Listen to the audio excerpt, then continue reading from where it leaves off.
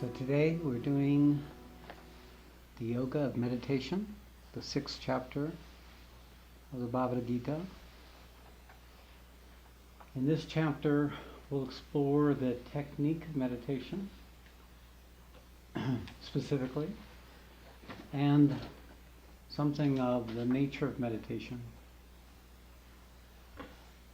So far in these 6 chapters, first chapters of the Gita, we're dealing with the individual realization of the self, or the soul. These first 6 chapters are the effort part. That means it doesn't come naturally. Being a human being comes naturally. Enjoying yourself comes naturally. Indulging your whims and your moods, your irritations and your blisses, and getting what you want, and this is the normal human condition. So what we're doing in the first 6 chapters is introducing the concept of yoga, describing 6 interrelated aspects of this yoga. Yoga is the action we take consciously and willfully towards a purpose, to merge with the goal of our yoga, to complete, to finish what it is we're striving for. So we've described this 5 yogas so far: the yoga of dejection, the yoga of discrimination, the yoga of action, the yoga of knowledge, and the last chapter, chapter 5, was the yoga of renunciation. All of these are interrelated, but certainly there are critical components in each part of the chapter. Each chapter has a focus. The basic teaching is the same. It's the moving of our consciousness out of its identification with our human condition into identification with our spiritual condition. Out of our identification with separativeness, separate ego existence, into a relationship with the overall field of oneness, of consciousness, in which we all actually, in fact, live in and are expressions of. So yoga is an unveiling. It's an effort that requires persistence. It requires a sense of what it is you're heading for. It requires effort at times, and other times it's a natural movement. And for some, the movement of yoga is quite natural. To come out of suffering into a state of non-suffering is a natural movement. To come out of ignorance into discrimination, into knowledge, is a natural movement in the evolution of consciousness, even as human beings. To discover right action, to discover the actions that work, and avoiding those actions that don't work. These are all natural expressions when one is striving to have things work, to find out what's real, to be able to act according to what's true and lasting. Knowledge, the yoga of knowledge, is the revelations that come when we begin to align our life with the purpose of life. When we move out of our own little individual expression and needs and wants and start expanding and connecting to something larger than ourselves, and we begin to take actions aligned with that current, then a natural revelation, a revealing of the nature of truth starts coming. When this knowledge builds a sufficient point, we begin to undo the habit of our human identity, the habit of our human existence, and begin to connect with the spiritual possibility that's arising within us. The yoga of renunciation is a natural continuation of knowledge. When you have greater discrimination, greater knowledge of what is true, then you have less pull to what is not true, and you let go of it, you relinquish it. To stay in suffering, you realize you have some say about staying in suffering, so you choose to let go of your suffering. You relinquish the habit of misery, the habit of selfishness, the habit of anger, the habit of dissatisfaction. And in this relinquishing, you find yourself inexorably moving into a relationship with this inexplicable quality that is the essence of what we are, the soul. in the 6th chapter, we're now moving into relationship to our soul directly. It is the indicator and also the technique of moving into oneness with the soul, with moving into relationship to the essential quality that lives us. So meditation is basically contemplation on that which contemplates. It's when consciousness turns its attention from outward things and to the inward thoughts associated with outward things, the inner feelings associated with outward things, our memories, and it starts turning its attention on that which is a source of attention. So it's a movement that starts occurring, and we move into relationship to something which is the essence of ourselves. So meditation is a movement into relationship with that which is our soul, the truth of ourselves. Consciousness turns inward on itself. So that's the essence of meditation. For some people, meditation is natural. It comes naturally. They sit and they all automatically become contemplative, become quiet, turn inward, and the world falls away in that natural contemplation. Often people who meditate have a capacity to be single focused, a capacity to have a determinate purpose and to organize their lives around a determinate purpose, but it's not necessarily required. Basically, there are 3 types of meditation as there are 3 types of gunas. The meditation, a tamasic meditation, is sleep, stupor. Sleep and stupor. It's watching the TV, zoned out, not really watching it. That's tamasic meditation. Meditating on their belly button, watching movies, not paying attention, just only partially present. Daydream, stupor. The next stage of meditation is rajasic meditation. And rajasic meditation is simply being miserable, sitting with how restless you are and how raging your thoughts are and how you want to be any place but meditating. And then sattva is really the only natural meditation. When someone is sufficiently sattva, then meditation comes naturally. Now this capacity to meditate may be in the mental, it may be in the vital, the drives and the feelings, and it may be in the body. It could be in all 3, or any 2, or any 1. This ability to be contemplated or in relationship with the present moment exists with all living creatures, we know it or not. It's only the human being that isolates itself from that natural repose, that presence with what is arising. In animal life, in plant life, they're in constant relationship with what they are, but they don't know they are. In human beings, we can separate ourselves from what we are, unlike the rest of nature, and become miserable as a consequence. Thinking we're a who, not the what. Making stories, creating problems, striving, being dissatisfied.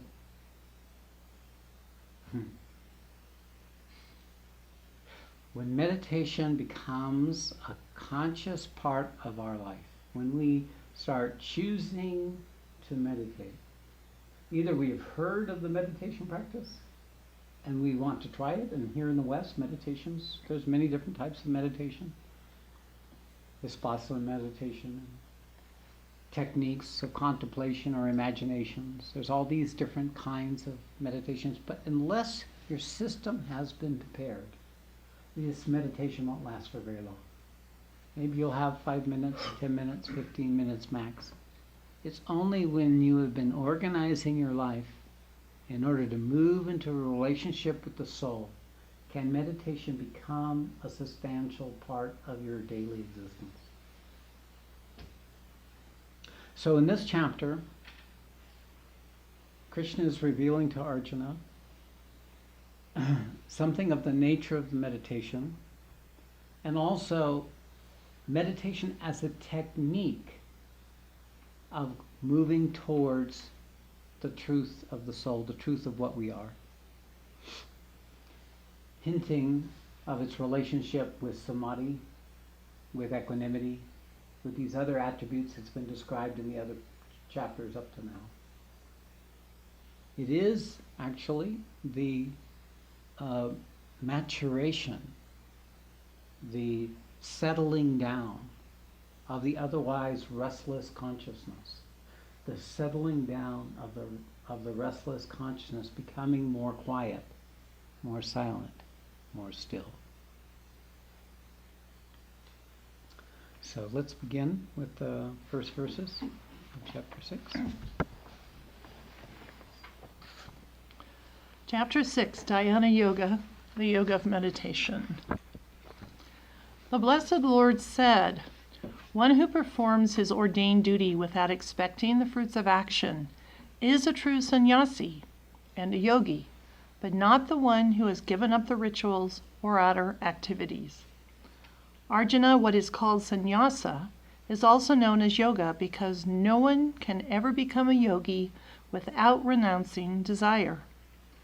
Action in detachment is the secret behind success in yoga, and the capacity to maintain serenity is the secret behind the undisturbed peace of a yogi.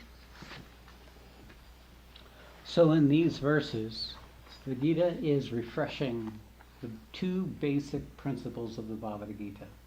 That is, this detachment from the outcome of our action, and two, the renouncing of desire, sannyasa, relinquishing, letting go of having things different than how they are, letting go of the endless striving. And the other is letting go of our attachment to the outcome. So there are two modes, two directions that the Gita consistently points to, both of which allow us to rest. When you let go of the meditation having to produce a certain kind of outcome, when you let go of whatever else you could be doing besides meditating, you move into a poise. You move into a relationship with the present moment. That's essentially meditative. It's the endless restlessness of the human ego, striving through desire for outcomes, desiring for things different than it is, resisting and opposing things as they are. So when we consciously have quieted these things, as is required, as the 5 chapters up to now they're pointing to, then meditation comes more naturally.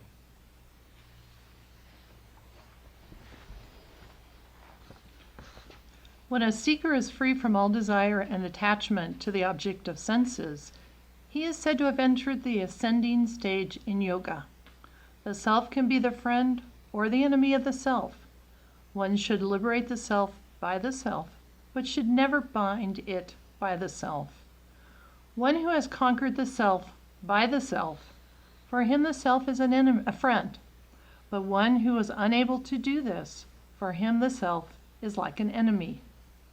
One who has conquered his self-experiences, peace and calmness, remains unperturbed by heat or cold, pain or pleasure, praise or censure.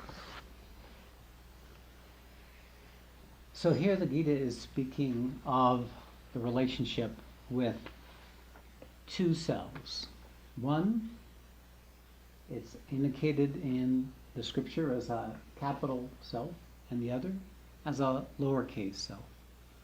The capital self is our authentic self. It is that quality of us that is aligned with the spiritual path. It is that in us which has an inherent intelligence and will, with less conditioning, with less attachment to the human conditioning, and this letting go of the human ego, this letting go of the small self, and moving into relationship with it as a collaborator rather than just as an enemy is what this verse is talking about. This is where we can get our human part to move into alignment with our spiritual part, to come out of our identification with the ego alone and start moving into relationship with that central quality of being, which is in proximity to the essence of what we are. I call it the authentic self, or the central self. It's the organizing principle that gives us self-awareness. And it has inherent in it this intelligence, this curiosity, this interest in existence, and this capacity for will to take independent actions, to choose. This is who's doing the yoga. This part of ourselves comes forward the more we do yoga. And the parts of the ego that are aligned with it blend into that, and the parts that are not fall away.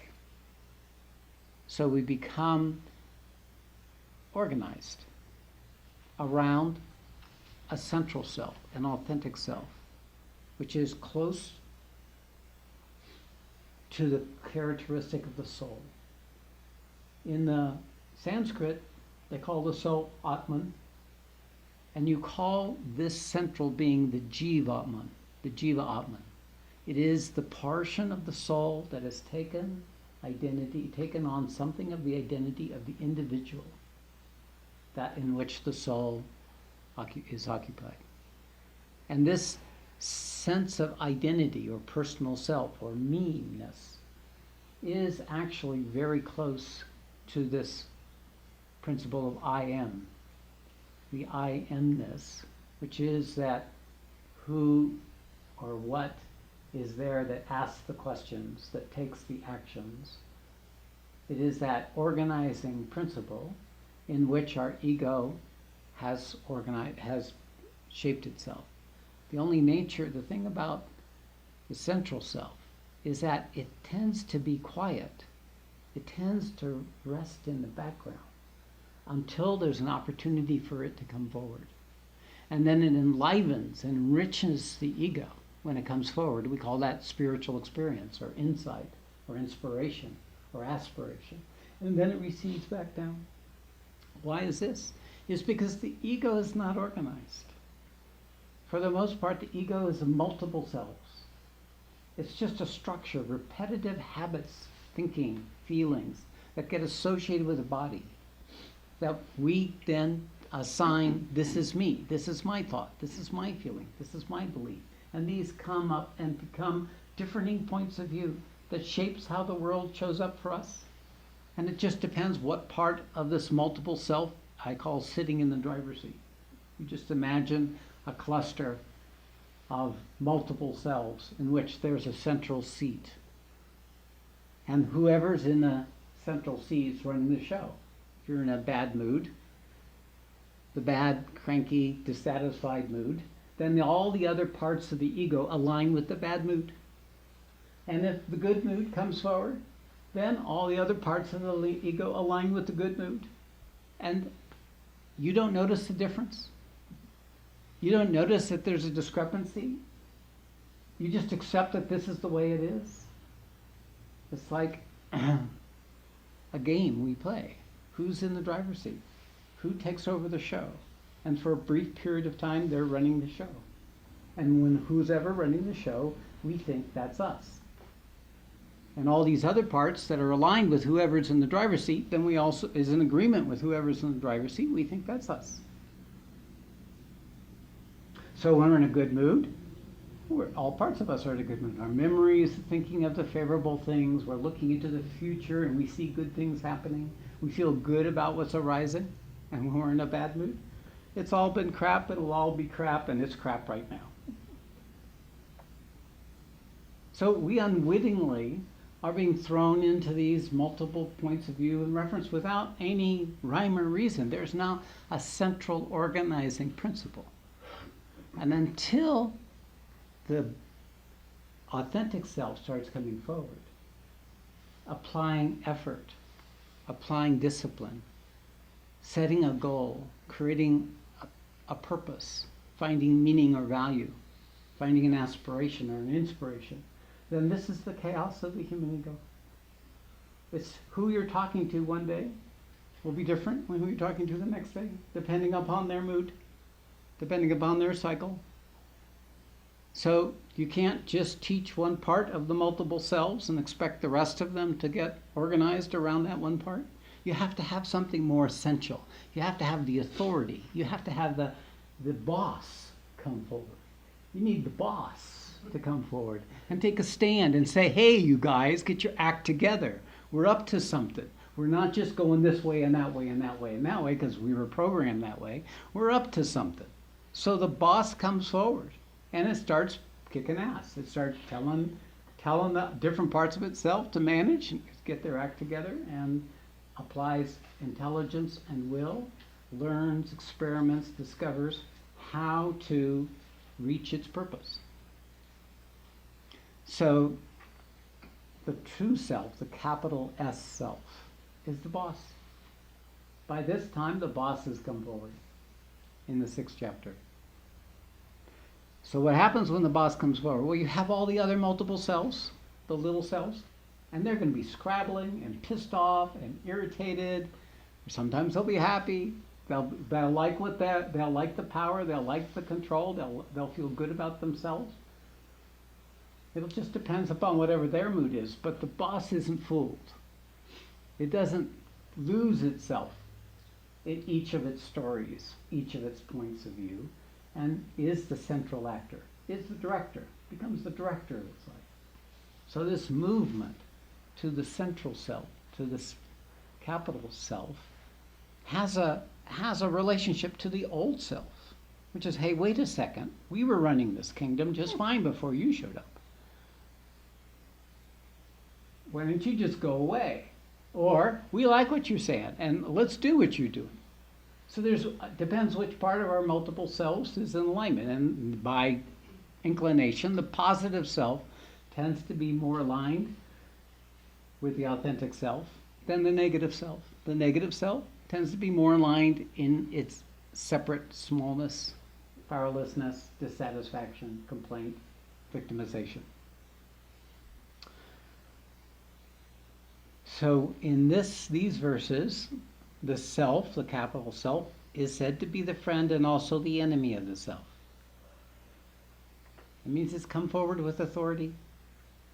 Who's in charge of these in these two verses is the true part of yourself, the truth of what you are as an individual.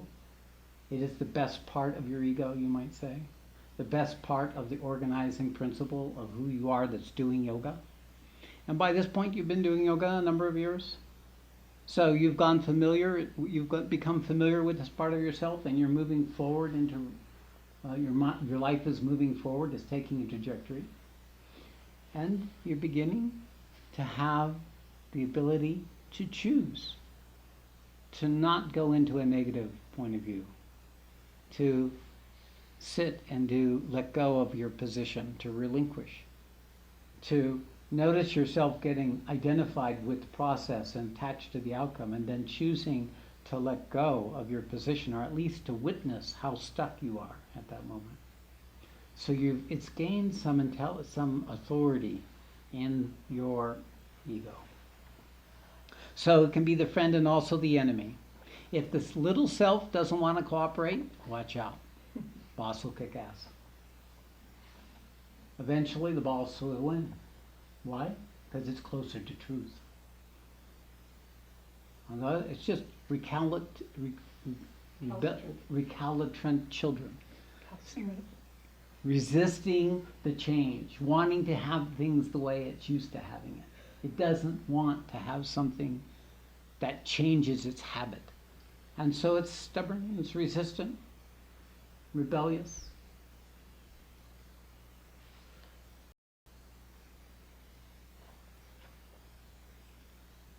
So it's only the self that can take us on this yoga.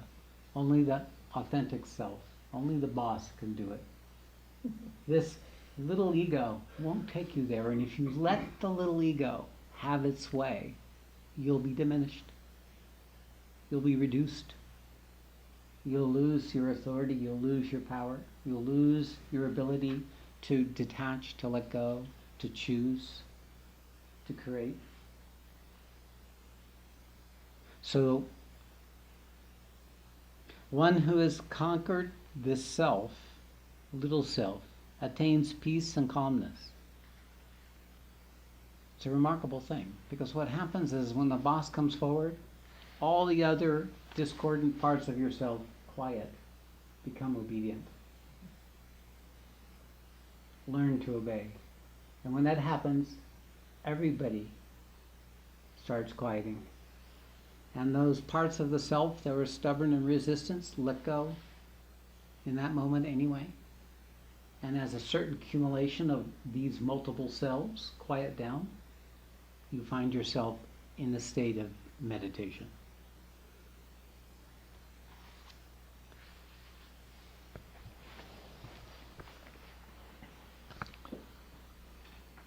A yogi who has conquered his self is ever satisfied with knowledge and wisdom and is free from aversion. For him, a stone, gold, and a lump of earth are of equal importance. A yogi who has reached a higher state accepts all equally, whether they are well-wishers, friends, enemies, persons of indifference, mediators, relatives, saints, or even sinners. So, this is speaking to the state of equality or equanimity. It's actually equality, where the consciousness has now reached a state of being fulfilled with being itself. And the tendency to assign value or importance to things outside of yourself lessens. Because the nature of ego is it makes important things that are important to the ego, and it makes unimportant things that are unimportant to the ego. But to the authentic self, they're all interesting. They all have a relative importance.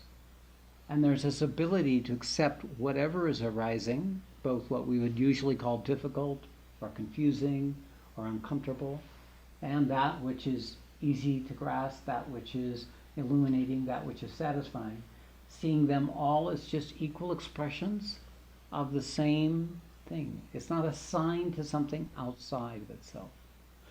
Because it's beginning to draw nurturance, fulfillment from within, then the need for nurturance or fulfillment outside of itself lessens automatically.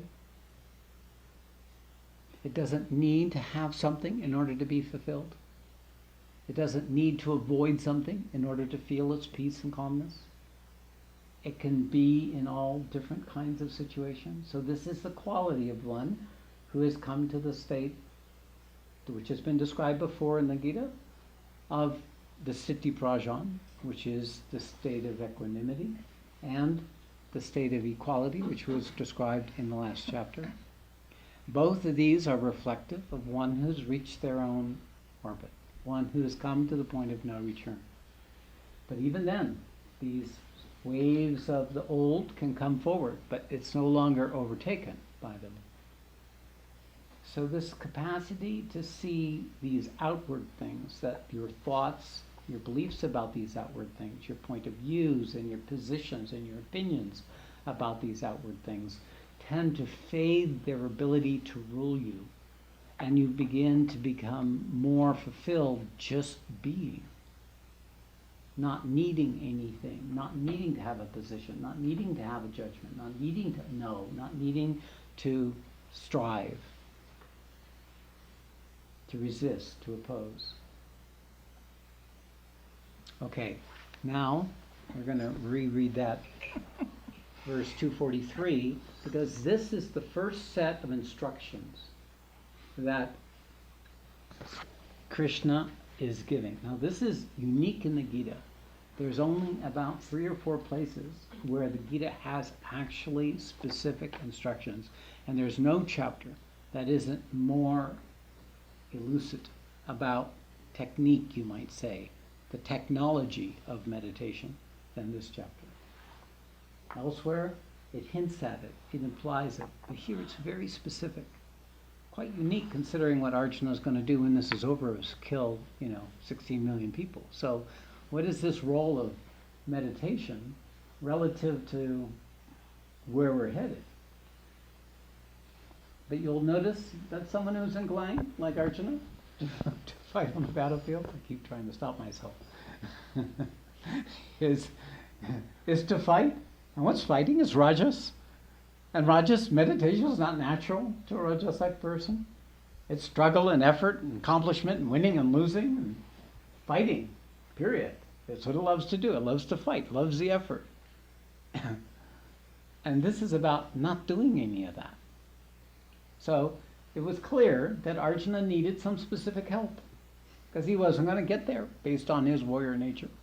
He needed some specific information on how to redesign his relationship with his true nature.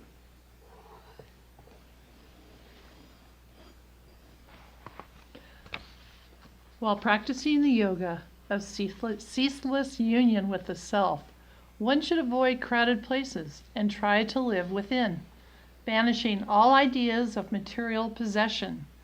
One should also remain free from desire and control the senses. For practicing the yoga of meditation, one should select a serene place and prepare a comfortable and stable seat. Sitting on such a seat, one should try to concentrate on the self by controlling the mind and the senses. While meditating, one should ensure that the neck, body, and spine are erect and motionless. The consciousness is fixed inward on the self, and the thoughts are not desultory.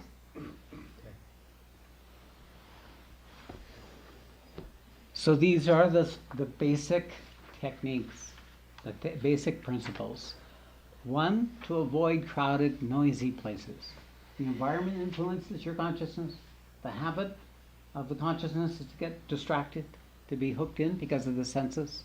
It hears something, it sees something, it's hot or cold. So that the mind tends to, this mind which is the organizing principle of the senses, tends to be activated by an environment that's too disruptive. So it needs to be a relatively quiet place. You're trying to live within. That means you're actually becoming aware of your body. You're becoming aware of you in your body. You're becoming aware of you breathing in your body.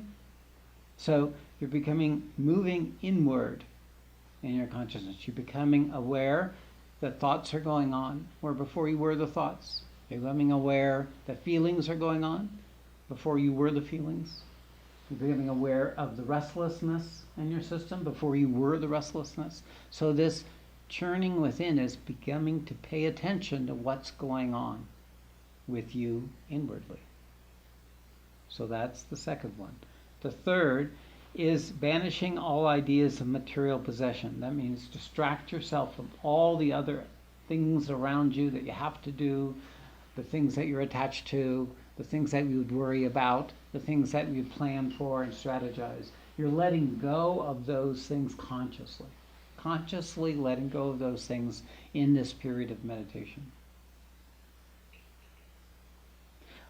One should also remain free from desire and control the senses. This is again related to the first principle, that you begin to withdraw yourself from anything that would have you be someplace other than right there where you are sitting right now. So the desire to be someone else, you let go. The desire of all the things that you had to do until the moment of meditation and all the things you have to do afterwards. So this is, you pull away from that inclination and you control your senses. That means if someone speaks to you or if there's a noise, you don't let yourself get hooked into the impact of the noise on you. Or if a thought comes in, you withdraw your tendency to get hooked into the thought and go down the track the thought leads you.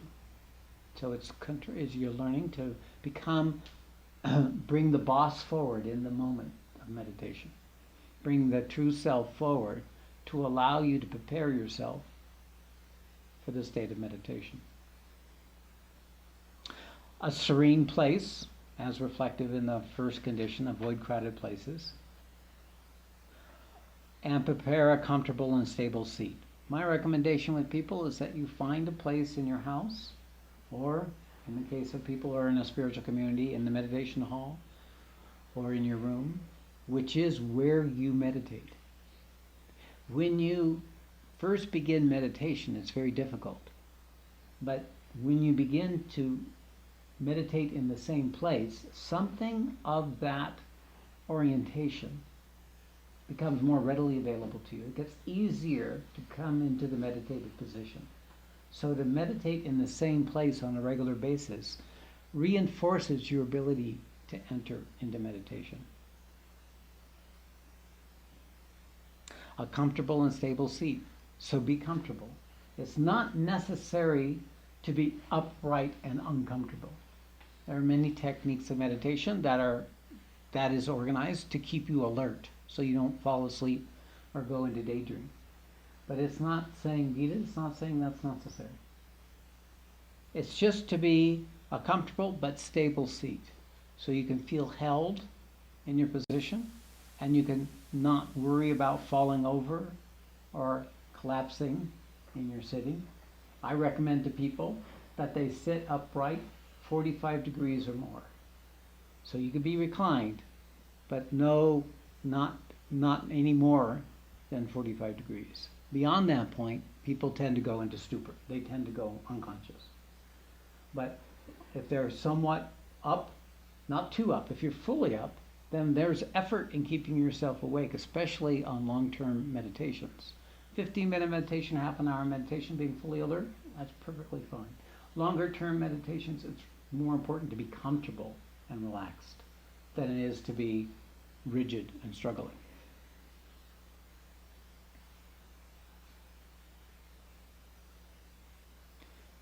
Sitting on such a seat, one should try to concentrate on the self. Now, this movement of turning your attention from outward things, pulling your attention away from your thoughts, away from the things going on, and trying to find that connection with the soul that has been the guidepost for you all along these previous 5 chapters. To move into relationship. Now that moving into that quietude or that connection is maybe in the mental plane, it may be in the vital life plane, and it may be in the body plane. So for some people, it's easier to move into the connection in their body. They feel their body growing quiet. For others, it's the restlessness in their vital, and they feel their vital growing quiet, or they have a heart connection. They feel something happening in their experience, in their heart. And for most people, it's in their awareness. There's this progressive quieting of the distractibility of the consciousness to go to mind and thinking, and it tends to become aware, move into connection to the awareness. That which is sitting, that is aware. In my practice, I call it the silence and stillness. You're looking to become silent and still, to find that in you which is silent and still. So that what you're connecting with is that stability, not the instability. You're looking to connect to that stability, and that stability is stillness and silence. This is the key. This is the thread that allows meditation to become a meaningful practice in your life. Here it says the meditation, the neck, body, and spine should be erect and motionless, and consciousness fixed inward on the self, and the thoughts are not desultory. So the neck, body, and spine should be erect. That means it's best not to be like this, or to be crouched over, or bent this way, or bent that way. But in my experience, it's less critical. But if you are meditating on your own, then it's probably useful to make certain that whatever position you're in, the head, neck, and body are aligned, even if you're reclining, that they're aligned. Inevitably, if you go into a deep meditation, the body will move. You may head fall forward or fall this way, but then you're in meditation state, so you don't need to worry about this. The thoughts, not desultory. Now we'll talk about this later, so I won't go into it here. All right, continue. Let's continue. In order to attain the samadhi state through meditation, one should have inner calmness, be free from fear, and firmly follow the vow of celibacy. By controlling the mind, the seeker should concentrate on me only and accept me as his supreme goal.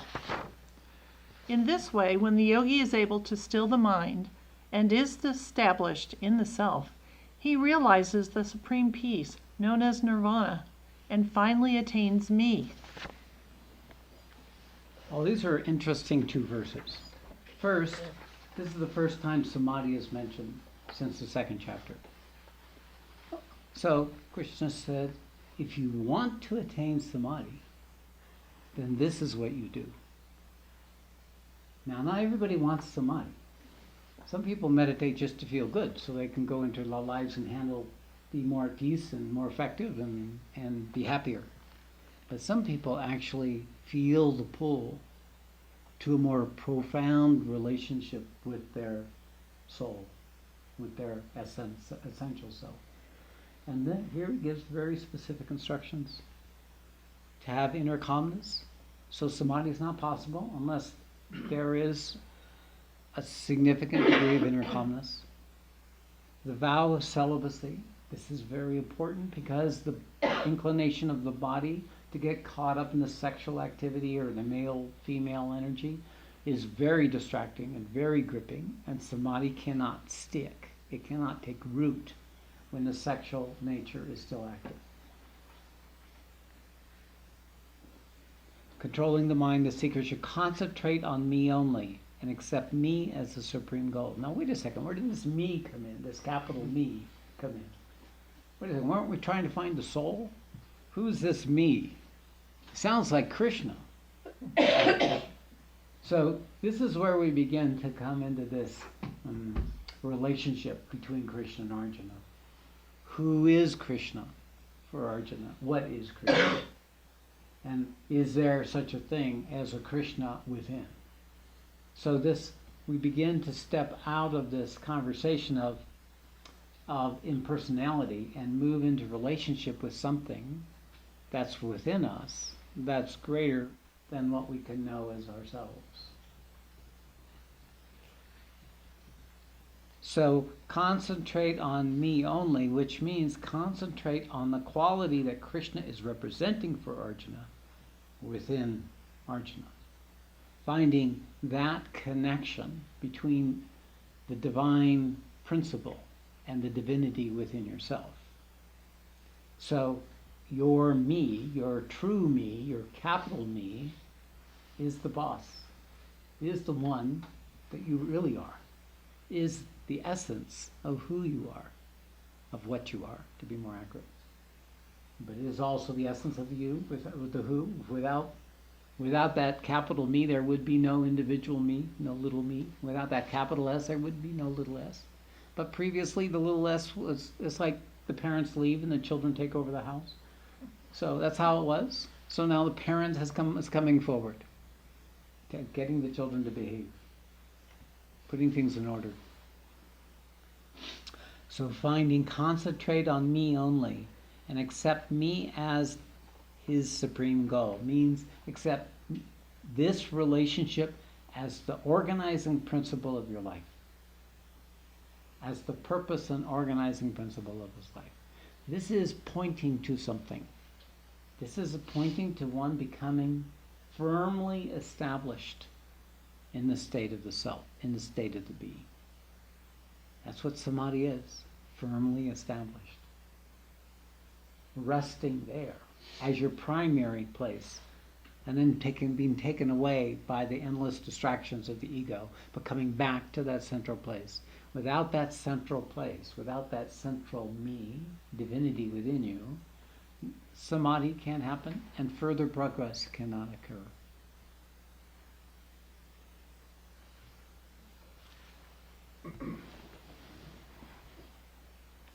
Arjuna, one who eats too much or too little, Who sleeps too much or does not sleep at all cannot attain success in yoga.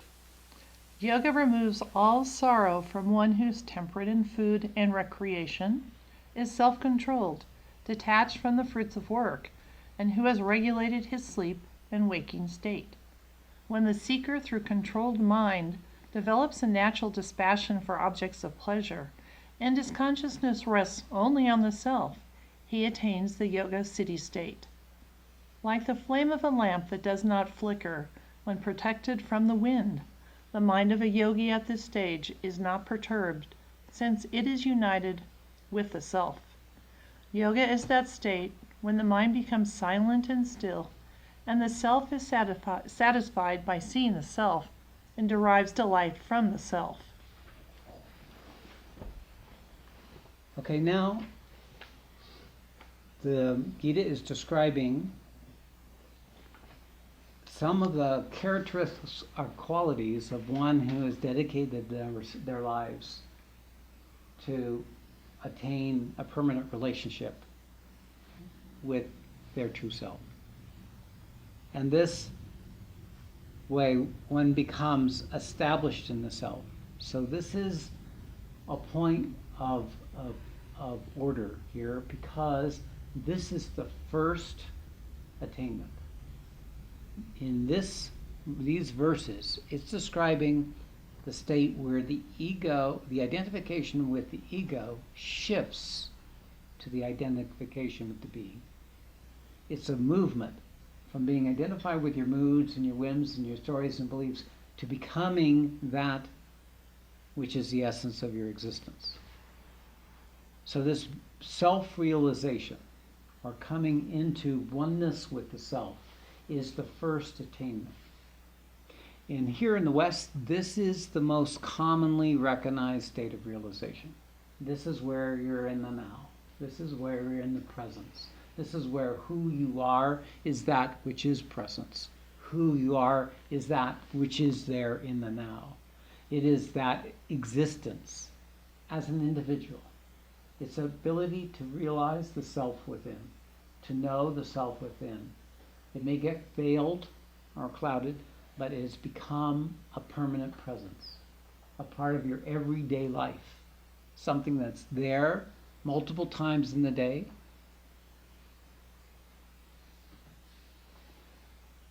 And it's a constant organizing presence for you.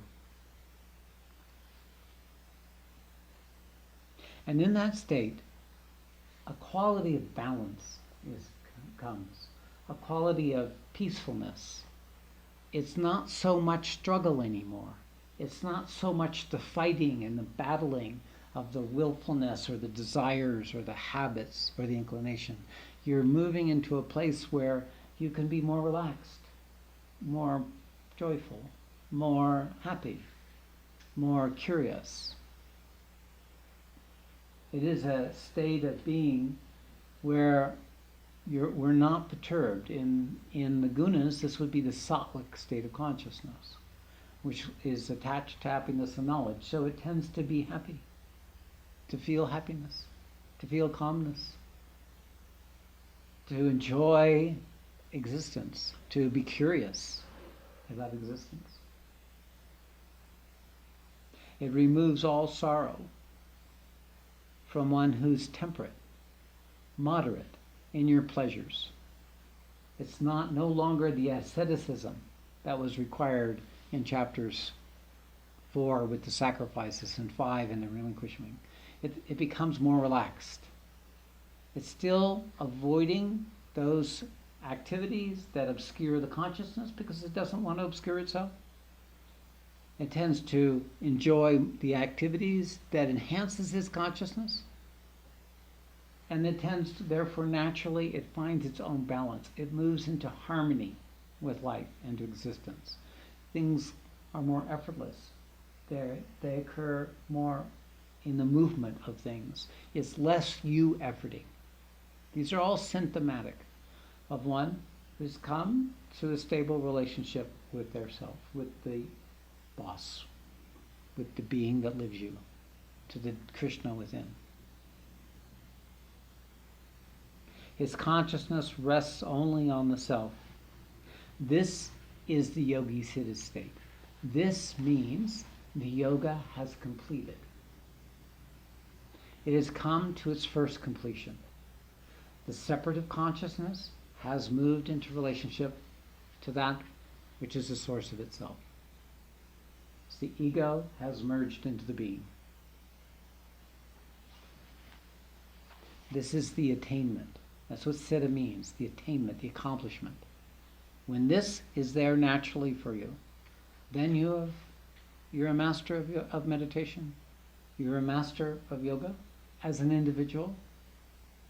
It is the first true proof, true shift.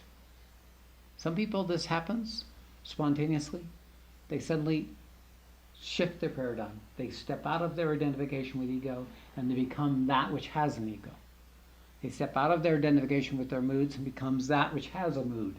They step out of their identification with their thoughts and become that which have their thoughts. But for most people, it's a much more gradual process. So the being comes forward, and then it becomes more and more forward.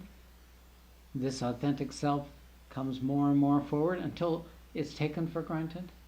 It's your everyday normal existence. This is the yoga siddhi state that this chapter is pointing to. Like a flame of a lamp that does not flicker when protected from the wind, the mind of the yogi at this stage is not perturbed since it's united with the self. And is silent and still, is satisfied with seeing the self, the authentic self, and derives delight from the self. Silent and still, quiet, at peace, calm, fulfilled within itself. Nothing missing, nothing needed.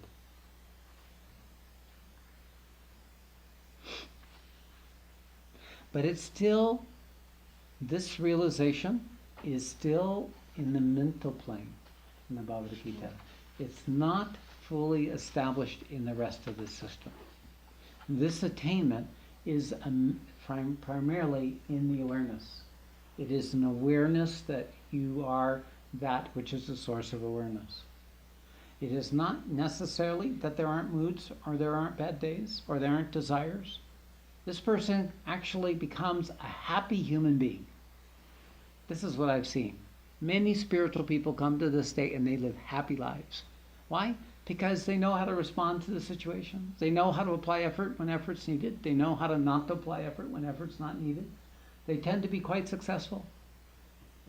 But they may not even know that they've come to this state, but they love meditation and they love spiritual things and they love spiritual teachers and they love that whole arena. Here in the West, there's quite a few spiritual people who come to the state of the being and they don't even know they've come to the state of the being, or it's taken for granted. So it may not seem like a big deal for one who's already attained it. That's why these first 6 chapters are preliminary, preparing, taking one out of the completely identified with the human consciousness into becoming identified with consciousness itself. So many people who are on the spiritual path are in various stages of this journey, but it's still not integral. It still hasn't come in its full power, its full significance. Okay, well that's enough for this chapter. Next week we will continue with part 2 in the instructions of Krishna to Arjuna. So let's finish with a meditation.